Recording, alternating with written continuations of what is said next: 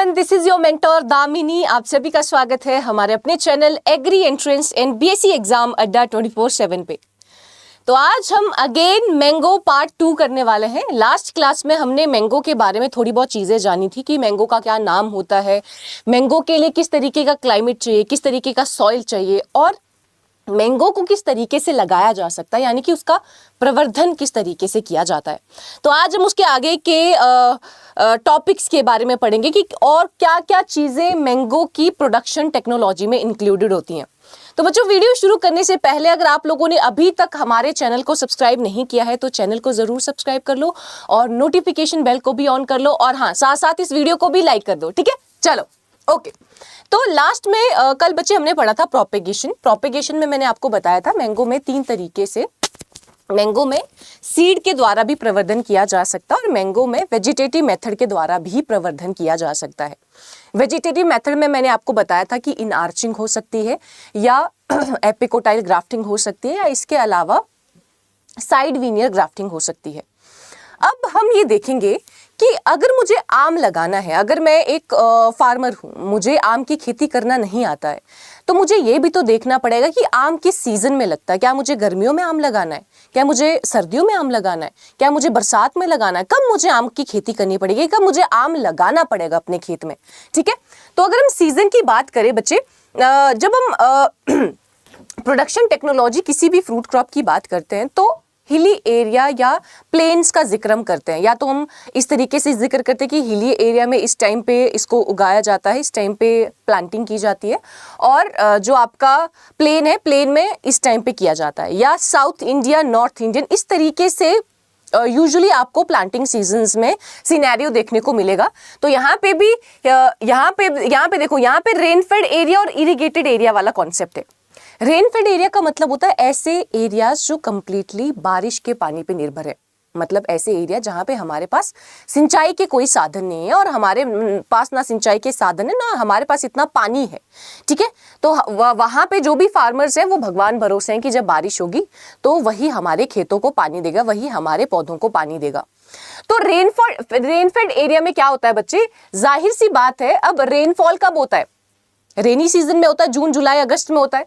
तो rainfed areas में क्या होगा, प्लांटिंग यूजुअली कब की जाती है, जब पानी मिलता है, जब भगवान पानी बरसाता है, यानी कि रेनी सीजन में जुलाई अगस्त में प्लांटिंग की जाती है।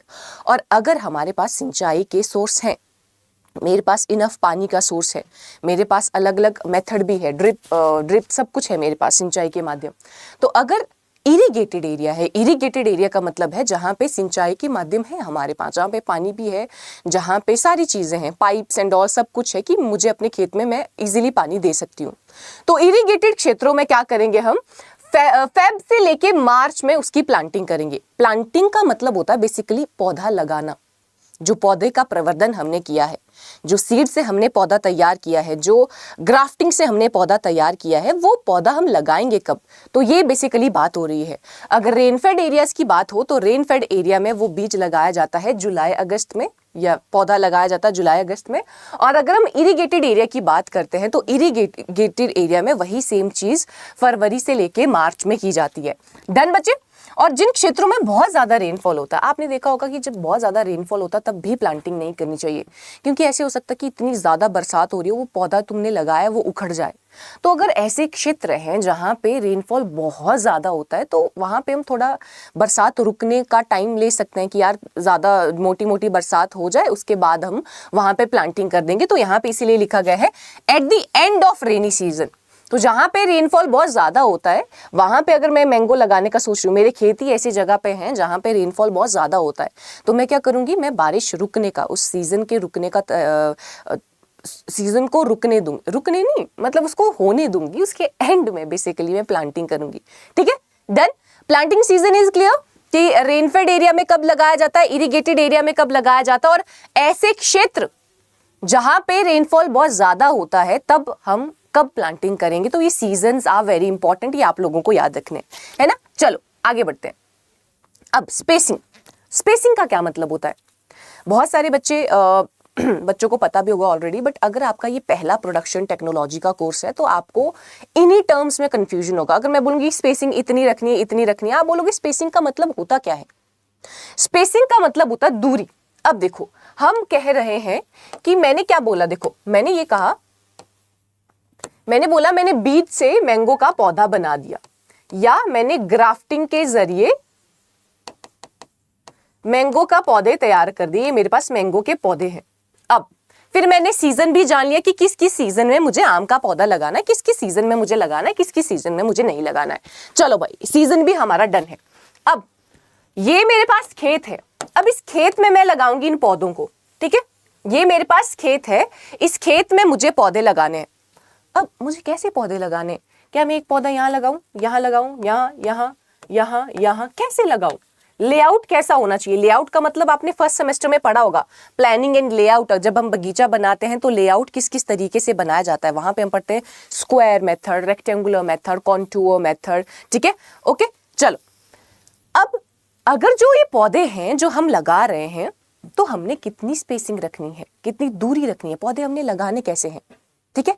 तो ज्यादातर मैंगो के केस में बच्चे स्क्वायर सिस्टम का इस्तेमाल किया जाता है, स्क्वायर सिस्टम लेआउट का इस्तेमाल किया जाता है। स्क्वायर सिस्टम का क्या मतलब होता था, जब दो रोज, मान लो ये एक रो है पौधे की, ये दूसरी पंक्ति है, ये तीसरी पंक्ति है, जब दो पंक्तियों के बीच में जितनी दूरी होती थी और दो पौधों के बीच में जितनी दूरी होती थी वो सेम होती थी। वो क्या होती थी बच्चे? सेम होती थी। इसी को बोला जाता है स्क्वायर सिस्टम ऑफ प्लांटिंग, कि जब हम दो पंक्तियों के बीच में दूरी और दो पौधों के बीच में दूरी एक समान रखते थे, उसको स्क्वायर कहा जाता है। मैंगो के केस में जनरली स्क्वायर सिस्टम का इस्तेमाल किया जाता है प्लांटिंग के लिए। जब भी मैंगो में पौधा रोपण किया जाता है तो ये चीज तो स्क्वायर सिस्टम ऑफ लेआउट का इस्तेमाल किया जाता है। अब हमें पता चल गया कि यार मैंगो में अगर स्क्वायर सिस्टम का इस्तेमाल होता है तो यानी कि यहाँ पे पंक्ति से लेके पंक्ति और प्लांट से प्लांट की दूरी एक समान होगी, एक जैसी होनी चाहिए। तो यहाँ पे कितनी होगी? फिर स्पेसिंग का मतलब होता है दूरी, ठीक है। अगर मैं आप लोगों को यह बताऊं कि स्पेसिंग का क्या मतलब होता है,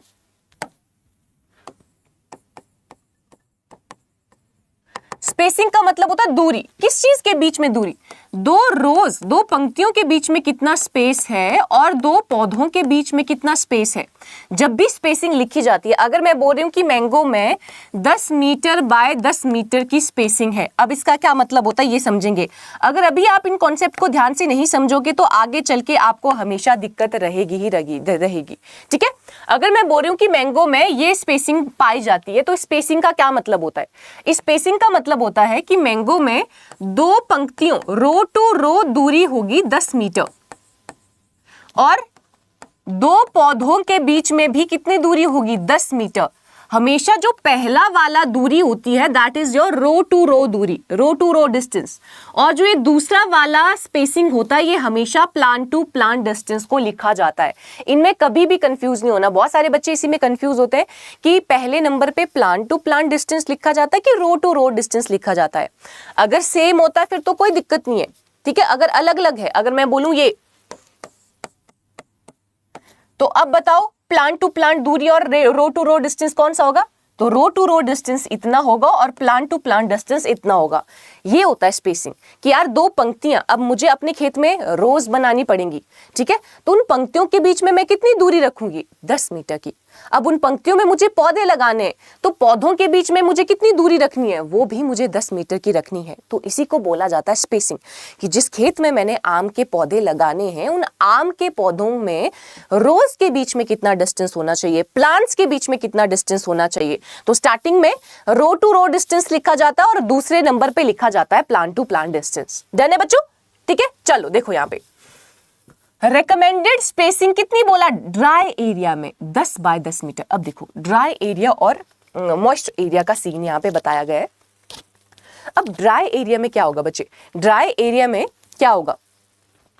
ड्राई एरिया में हम चाहेंगे कि 1 सेकेंड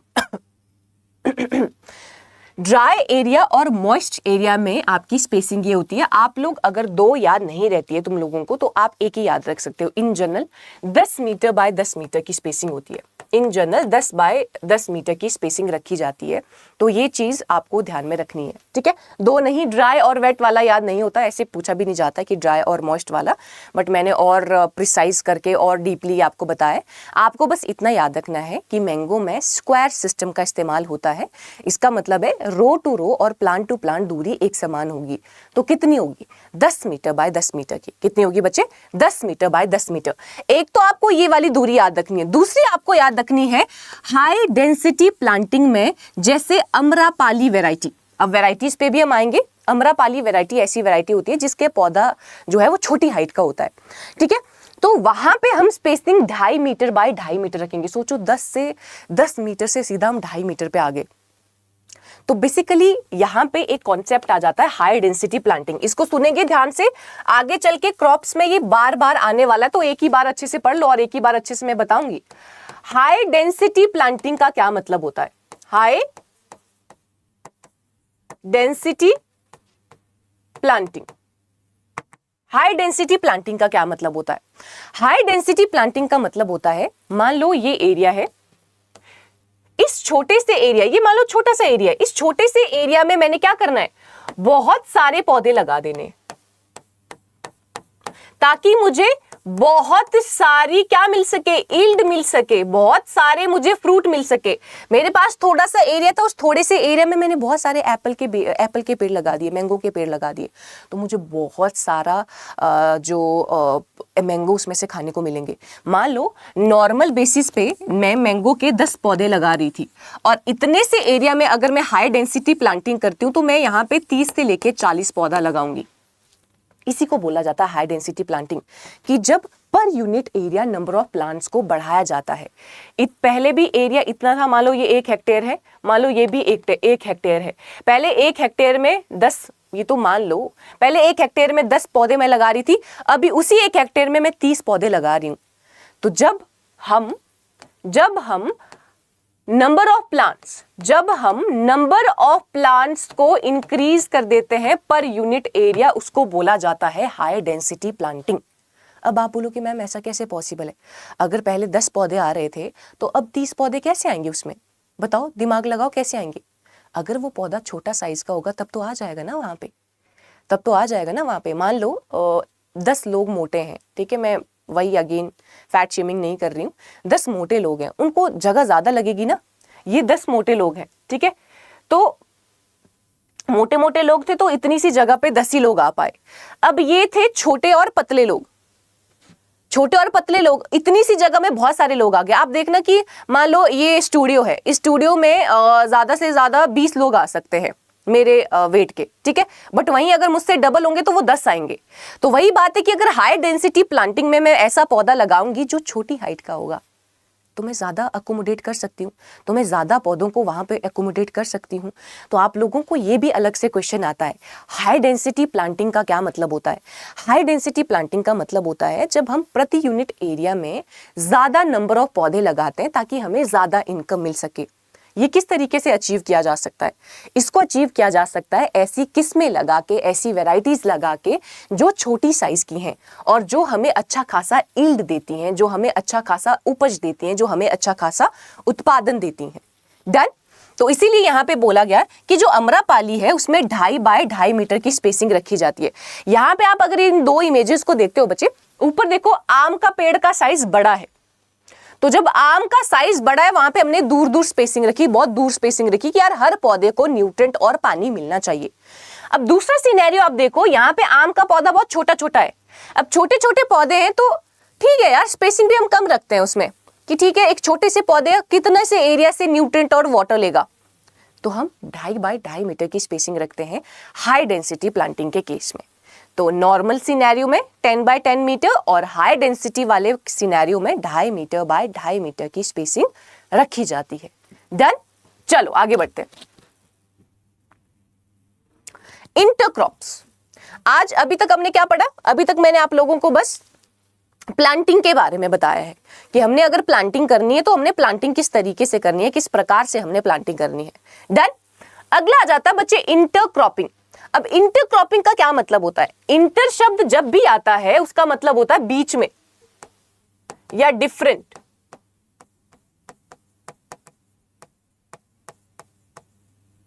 बीच में या डिफरेंट, बीच में क्रॉप लगा देना। मान लो मैंने क्या किया, अब देखो इन जनरल क्या होता है बच्चे, इन जनरल सिनेरियो क्या है, मैंगो का जो पौधा है उसमें 8 साल बाद फूल आते हैं। अगर 8 साल बाद फूल आएंगे तो दैट मीन्स 8 साल बाद उसमें फ्रूट देखने को मिलेंगे। तो उन 8 सालों तक मेरा जो खेत है उसमें से मुझे कुछ पैसा नहीं आ रहा भाई। 8 साल तक मुझे उसमें से कोई पैसा नहीं आ रहा, क्योंकि 8 साल बाद ही मैंगो के फ्रूट लगेंगे उसमें, है ना।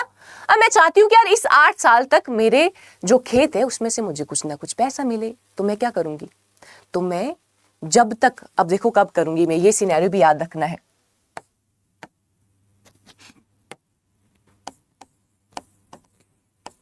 बिफोर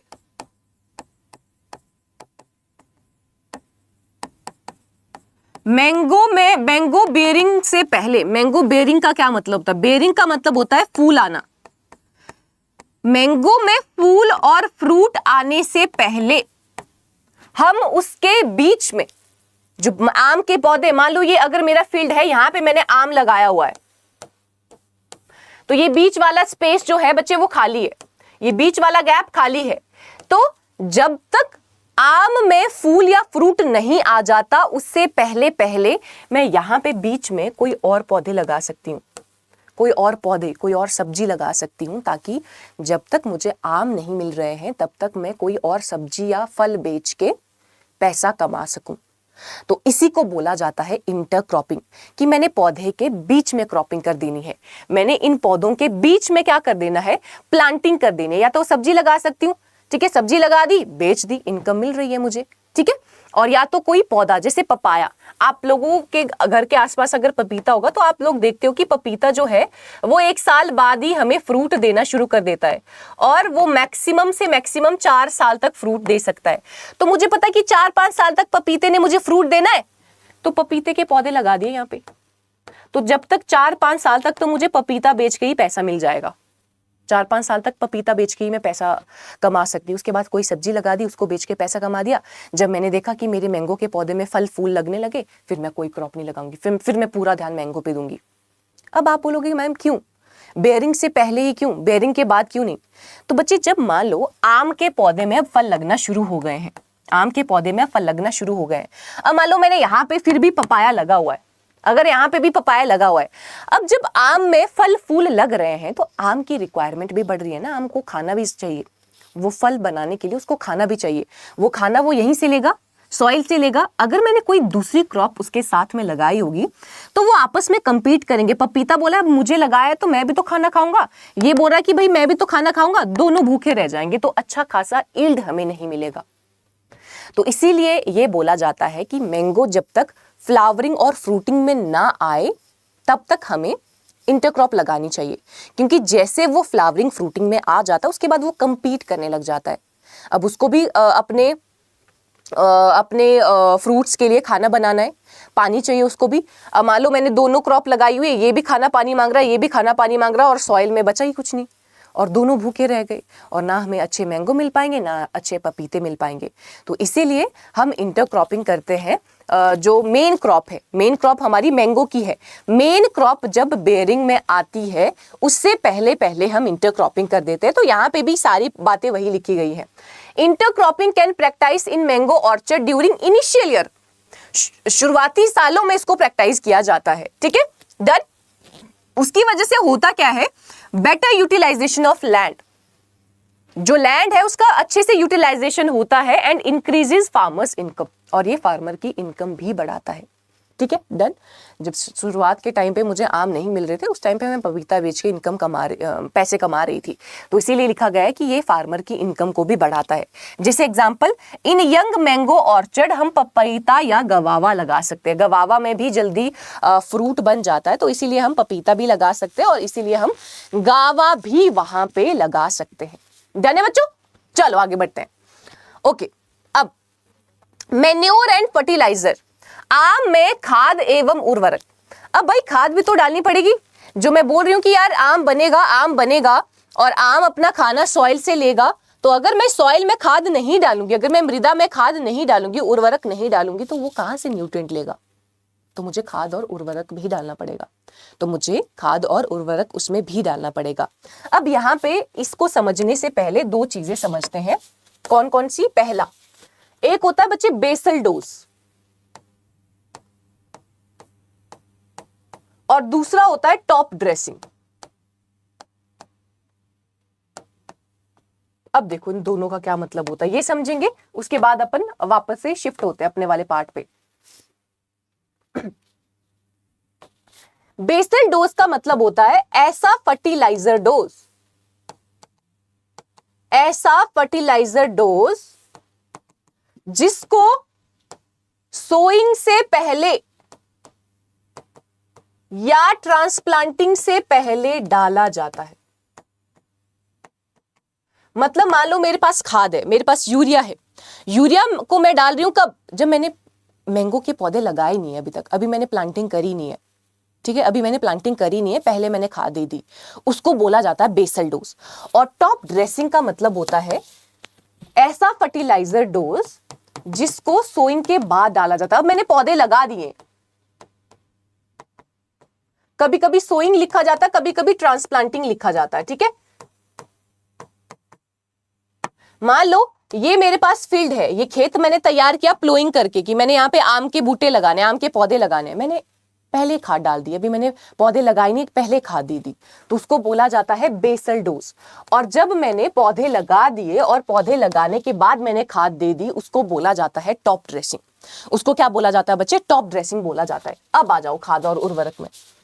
अब देखो fertiliser requirement up to 10 years. तो मैंगो में क्या होता है कि जो इनिशियल के 10 साल होते हैं बच्चे, that is very important. Mango का अलग से मैन्योर और फर्टिलाइजर पूछा जाता है। आम के केस में क्या होता है कि जो इनिशियली 10 साल होते हैं, उन 10 सालों में फर्टिलाइजर डोज, उर्वरक की जो डोज है वो हर साल बढ़ती रहती है, हर साल बढ़ती रहती है, हर साल बढ़ती रहती है। 1 से 10 साल तक, मैंने क्या बोला, 1 से 10 साल तक हर साल फर्टिलाइजर डोज बढ़ती चली जाएगी और 10 साल के बाद हम एक कांस्टेंट डोज डालेंगे, एक कांस्टेंट डोज डालेंगे बिना उसको चेंज किए, बिना उसको चेंज किए। तो यहां पे देखो कि कौन कितना कितना हमने डालना है FYM। देखो FYM और उर्वरक, देखो फर्टिलाइजर रिक्वायरमेंट 10 साल के लिए बनाया गया है। सबसे पहले ये जो आपको टेबल है, ये एक प्लांट के हिसाब से, एक पौधा है मेरे पास मैंगो का, इस एक पौधे में मुझे कितना FYM का मतलब होता है बच्चे फार्म यार्ड मैन्योर, जो गोबर की खाद होती है, फार्म यार्ड मैन्योर, और नाइट्रोजन, फास्फोरस और पोटेशियम, ये हमारे बेसिक एलिमेंट्स होते हैं जो हर पौधे को चाहिए ही चाहिए। नाइट्रोजन, फास्फोरस और पोटेशियम, ये हमारे बेसिक एलिमेंट्स हैं। डन। अब अगर मैं FYM की बात करूं तो मैंने बोला जो गोबर की खाद है वो हर पौधे को पहले साल मुझे 10 किलो देनी है। और अगर नाइट्रोजन, फास्फोरस और पोटेशियम की बात करें, हर पौधे को मुझे पहले साल 100 ग्राम नाइट्रोजन, 50 ग्राम फास्फोरस और 100 ग्राम पोटेशियम देना है। मतलब 10 किलो FYM, 100, 50, 100। ये जो आपका खाद और उर्वरक है ये पहली साल के हैं, एक पौधे के हिसाब से हर पौधे को हमने इतना इतना FYM और NPK देना है। दूसरी साल इतनी ही क्वांटिटी डबल कर देनी है। 10 kg बढ़ाया तो 20, 100 और बढ़ाया 200, 50 और बढ़ाया 100, 100 और बढ़ाया 200। हर साल इतनी मात्रा हमने ऐड ऑन करनी है। कितनी? 10 किलो ऐड करना है, 100 ग्राम ऐड करना है, 50 ग्राम ऐड करना है, 100 ग्राम ऐड करना है। ठीक है, हर साल हमने जो पहले साल हमारी जितना क्वांटिटी थी, हर साल मुझे वो ऐड ऑन करना है 10 साल तक, 10 साल तक। ठीक है, डन। यहाँ पे देखो जैसे सेकेंड ईयर में 10 kg ऐड किया तो 20, यहाँ पे 100 किलो ऐड किया तो 200, 50 ऐड किया तो 100 और 100 ऐड किया तो 200। अब यहाँ पे भी सेम 10 किलो ऐड करके 30, यहाँ पे 100 ग्राम ऐड करके 300 और यहाँ पे 50 ऐड करके 150 और यहाँ पे 100 ऐड करके 300। तो 10 साल तक हमें ये चीज कंटिन्यू करनी है, क्योंकि शुरुआती डेज में उसको चाहिए भाई ग्रोथ के लिए, अच्छी ग्रोथ भी तो होनी चाहिए पौधे की। तो उसको हमें खाना पिलाना पड़ेगा अच्छे से। तो हर 10 साल में, सॉरी 10 साल में हम हर साल उसका डोज बढ़ाते जा रहे हैं, बढ़ाते जा रहे हैं, बढ़ाते जा रहे हैं। जब वो 10 साल का हो जाएगा पौधा, 10 साल के बाद हमने ये डोज ही देनी है, ये डोज हमने कांस्टेंट रखनी है। 10 साल वाली जो डोज है कि 100 kg nitrogen, sorry 100 kg farm yard manure हमें एक पौधे को देनी है, 1000 ग्राम यानी कि 1 किलो नाइट्रोजन एक पौधे को, आधा किलो फास्फोरस और 1 किलो पोटेशियम। फिर हमने हर साल 11वें साल भी इतनी देनी है, 12वें साल भी इतना देना है, 13वें साल भी इतना देना है, 14वें साल भी इतना देना है, 15वें साल भी इतना देना है। 10 साल के बाद ये डोज जो है वो कांस्टेंट रहेगी। 10 साल के बाद हमें इस डोज को कांस्टेंट रखना है। डन? Is it clear? क्या बोलते हैं, मैन्योर और फर्टिलाइजर पूछा जाता है बेटा आप लोगों से, बहुत इंपॉर्टेंट है ये बीएससी सेमेस्टर में। ठीक है, डन। तो आप लोग बोलोगे फर्टिलाइजर रिक्वायरमेंट में किस तरीके से आपको लिखना है, यहां तक आप लोग बोलोगे सबसे पहले कि जो फर्टिलाइजर रिक्वायरमेंट है मैंगो की वो हर साल वेरी करता है। वो 10 साल तक हम उसको वेरीड अलग अलग फर्टिलाइजर डोजेज देते हैं, क्योंकि इनिशियल ईयर में पौधे को अच्छे न्यूट्रिएंट देना बहुत ज़रूरी है। तो हमने फिर ये चार्ट बना देना है कि पहली साल मैंने इतना FIM डालना, दूसरी बार मैंने नाइट्रोजन फास्फोरस इतना डालना है। ये ज़्यादा वो नहीं है यार, ज़्यादा टफ नहीं है, पहली लाइन आपको याद रखनी है, फिर यही ऐड ऑन करती जानी है आपने हर साल 10 साल तक। ठीक है, और 10 साल के बाद हमने क्या करना है, आफ्टर 10 साल बाद जब वो फुल बेयरिंग में आ जाएगा, फुल बेयरिंग का मतलब है जब वो पूरी तरीके से अच्छे से फ्रूट देने लग जाएगा, तब हमने इस डोज को कांस्टेंट रखना है।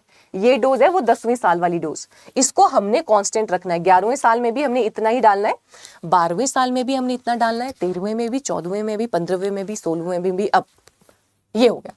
आपने बोला, आप बोलोगे यार मैम आपने बता तो दिया हमें कितना FIM डालना है, कितना नाइट्रोजन डालना है, पर हमें ये डालनी कब है, ये चीजें हमें डालनी कब है? जाहिर सी बात है कि हमें पता तो होना चाहिए वो फर्टिलाइजर हमने ऐड कब करना है ना। तो अगर स्टार्टिंग की बात करें, जैसे स्टार्टिंग की अगर बात करते हैं हम,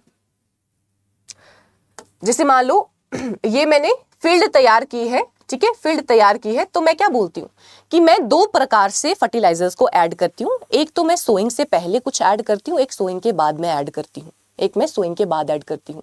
तो यहाँ पे जो फर्टिलाइजर डाला जाता है वो 2 स्प्लिट डोजेज में डाला जाता है। देखो यहाँ पे जो फर्टिलाइजर डाला जाता है वो 2 स्प्लिट डोजेज में डाला जाता है।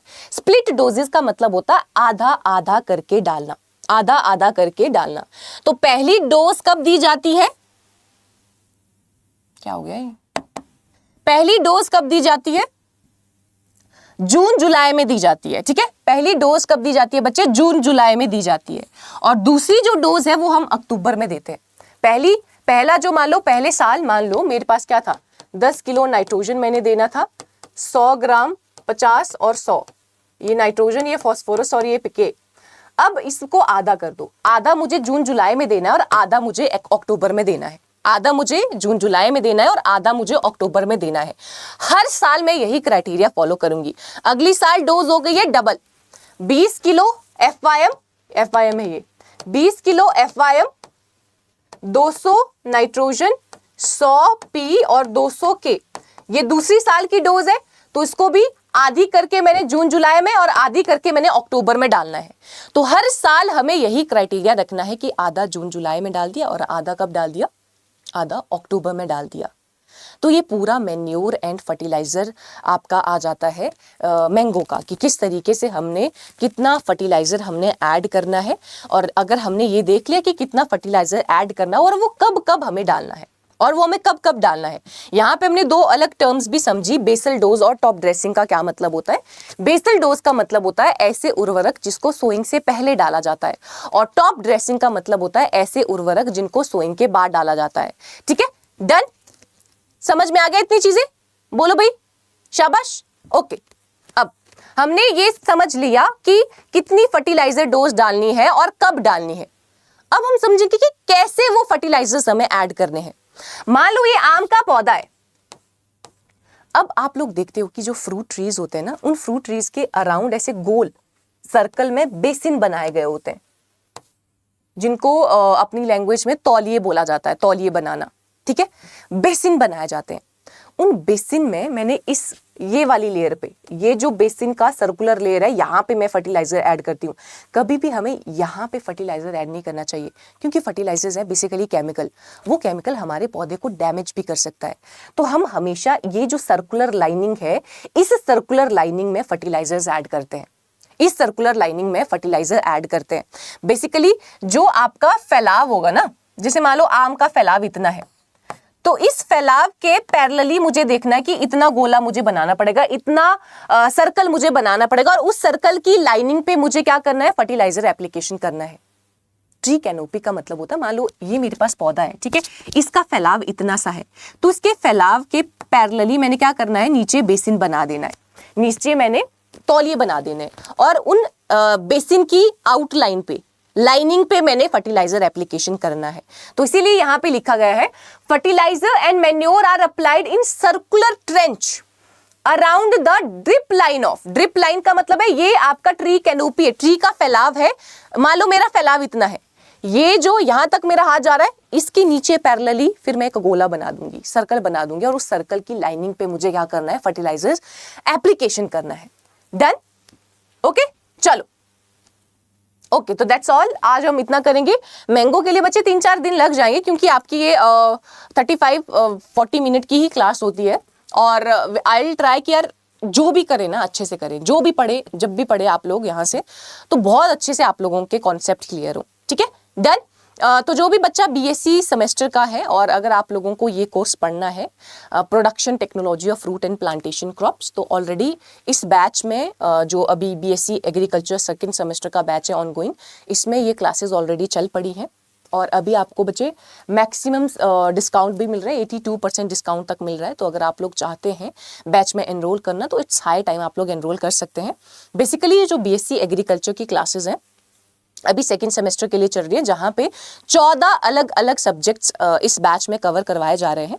तो अगर आप लोग भी चाहते हो अच्छे से पढ़ना, अच्छे से सिस्टमैटिकली क्लासेस को लेना, और अगर आप लोग भी चाहते हो कि यार हमें कॉन्सेप्ट वाले पार्ट पे बहुत स्ट्रॉन्ग, अपना कॉन्सेप्चुअल पार्ट बहुत स्ट्रॉन्ग रखना है, तो this is the high time and this batch is perfect for you guys, ठीक है? अगर आप लोग चाहते हो एनरोल करना, तो बच्चे आप लोग इस कूपन कोड को यूज कर सकते हो मैक्सिमम डिस्काउंट के लिए।